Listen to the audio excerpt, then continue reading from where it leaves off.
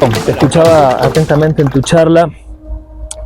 Yo pensaba que si sembraba con más densidad tenía más alimento para mis vaquitas. Veo que no. Es bastante complejo, ¿no? No, el tema de la decisión de siembra y tiene que ver también cuál es el objetivo de ese silo. Si el silo es un silo para feedlot, para producción de carne, normalmente ese tipo de productor busca un híbrido más energético y busca más almidón porque la tasa de conversión a carne es más rápida. En cambio, cuando vamos a un productor lechero, por ahí busca otro tipo de silo que tenga un poco más de fibra, pues necesita sostener la estructura de una vaca productora de leche. Mismo así, después hay variaciones que tienen que ver con fecha de siembra. Si yo estoy sembrando tarde, voy a tener más porte de planta porque es una cuestión de elongación. Los híbridos tardes crecen en esta región casi un 15% más que un mismo híbrido sembrado temprano, porque la etapa vegetativa se desarrolla en un momento que es diciembre, el tardío, donde tenés más luz, más temperatura, entonces se va en pasto. Esa es una condición a tener en cuenta. La otra condición a tener en cuenta de la densidad, y un poco lo que hablábamos con la gente de KWS, es a priori uno creería que meter más plantas hace tallos más finos y hace que los tallos sean más blandos. Pero la realidad es que si vos cortaras eso con un bisturí y desplegaras todas las envolturas, todo el tejido externo, vas a encontrarte con que tenés mucha más lignina de poca digestibilidad, claro, que la médula. Claro, eso hablaste. Está estudiaste el tema de la lignina, que es mucho más digerible en el rumen que una planta sembrada con más densidad. No lo estudié yo. Lo que estamos viendo es que cuanto más médula vos tenés, conservás mejor el tema de agua, conservás más material fácil de digerir para el animal, y si vos tenés una caña chiquita, la médula, que es la parte más nutritiva, y todo esto es lo menos nutritivo y lo que más dificultad de digestibilidad tiene en el animal. Claro, y ahí hablaste de las densidades de siembra. O sea, muchachos, si van a hacer un silo, entre comillas pongo esto, hay que ver los lotes, las situaciones, pero lo pongo entre comillas, menos densidad que más. La realidad es que hay que buscar la densidad óptima para el material, para el ambiente. ¿Cómo voy a encontrar esa densidad óptima? Si yo me paso de planta, lo que no voy a lograr son espigas. Claro. Lo mismo que pasa en grano. Claro. Si yo me quedo corto de planta, por ahí consigo espigas, pero me va a faltar grano. Entonces, lo que yo tengo que primero es descubrir cuál es la densidad óptima para mi región, y eso lo construyo con curva de rendimiento, que lo puedo sacar de la información de grano o de la información que hoy, por ejemplo, nosotros estamos tratando de generar desde el CREA para silaje. Pero la realidad es esa, depende del ambiente, depende del año, y si querés hilar más fino aún, dependería de la parte del lote que estoy haciendo. Porque la realidad es que cuando nosotros vamos y este año se ve mucho, fíjate todos esos manchoneos que se ve en la seca, en las hojas, eso es lo que te habla, no es que llovió distinto, lo que te habla es que la condición edáfica que hay ahí abajo es totalmente distinta. Con los años buenos, por ahí se nivela, parece todo bueno y no se nota. Pero hoy la realidad es que el 80% de las máquinas cosechadoras tienen capacidad de monitor de rendimiento.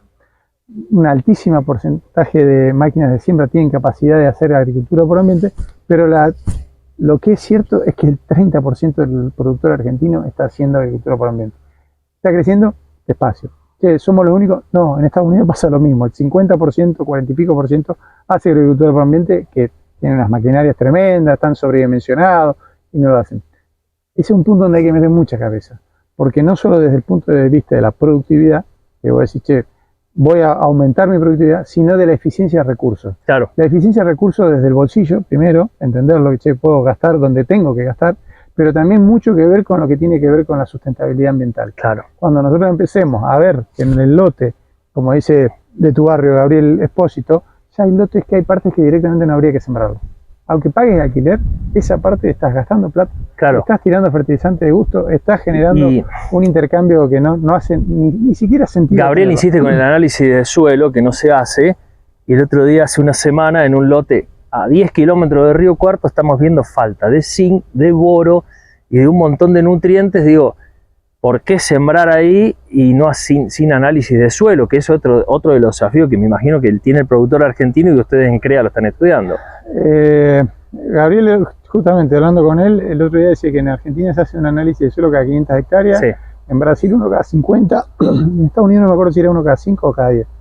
La realidad es que es impensable que hoy hay gente que sale, alquila un campo, paga 14 quintales de alquiler y no hace un análisis de suelo. 20 lucas, lo vamos a poner así. Es como decir, che, alquilo un departamento sin abrir la puerta para verlo por dentro. La realidad es que en lo que yo estoy alquilando, la verdad está abajo. Claro. Y ahí es donde decimos, che, hay tanto por mejorar en esto. Y hay una cuestión que es matemática. Este bicho, cada 1000 kilos de grano que se va a llevar 20 kilos de nitrógeno en elementos, son 40 kilos de urea y se va a llevar 5 kilos de fósforo. Y está fantástico lograr, como se logra todavía en el norte de Córdoba, algunos lugares, maíces sin fertilidad. Pero la extracción está ocurriendo. Y ya sobre hoy, todo cuando hace silaje. Cuando hace silaje es el doble.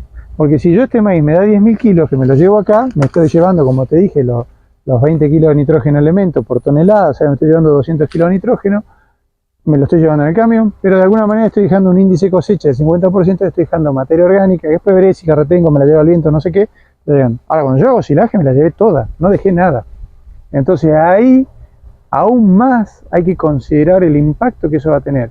Y la génesis del suelo llevó miles de años, que descomponerla es muy rápido, pero recomponerla es mucho más lento. En tu barrio, Lagos, el ingeniero Lagos. Fernando Lagos. Fernando Lagos. Año, te digo cuándo. Cuando yo recién venía a Córdoba, 2003, que había sido post-2001, una etapa de bonanza del agro, la gente compró campo, invirtió. Fernando invirtió en piedra. Él lo decía y lo graficaba de esa manera. Yo estoy invirtiendo en piedra. ¿Qué hacía? Excedente, pum, más fertilizante, pum, más fertilizante, pum, más fertilizante. Una de las cosas que yo el año pasado, cuando el productor estaba en una situación de bonanza, que che, ¿en qué invierto? Más máquina, más esto, más que... Invertí en suelo, meté piedra adentro, porque en definitiva después lo que logra son círculos virtuosos. Cuando vos fertilizás, produce más, te da más materia orgánica y todo empieza a mejorar. Y increíblemente seguimos discutiendo si fertilizar o no fertilizar, si cuánto o no cuánto. A veces me llama alguien y me dice, che, ¿qué me recomendás fertilizar? Empezar de arriba para abajo. No empieces a poner 50, le agrego 100, le agrego 150. No, empezar de 500 y empezar a restar. Buscar la respuesta al revés. Y otra cosa que hablábamos recién con los técnicos, y sobre todo cuando uno es tan apasionado, es muy difícil regular la conversación. Y cada vez que yo me pongo a hablar con alguien parece que le quiero dar vuelta al mundo.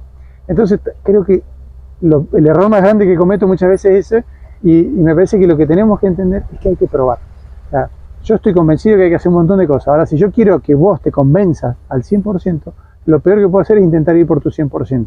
Lo mejor que tengo que hacer es decir, che, probá el 5% de tu área con esta tecnología que te digo, con este híbrido que te digo. Y la próxima campaña charlamos. Y después charlamos. Claro. Pero los cambios los tienen que dar y los tienen que dar, porque la agricultura necesita indefectiblemente ir cambiando muchas cosas. Por productividad, por sustentabilidad, por cambios que se vienen para adelante y hay que trabajar.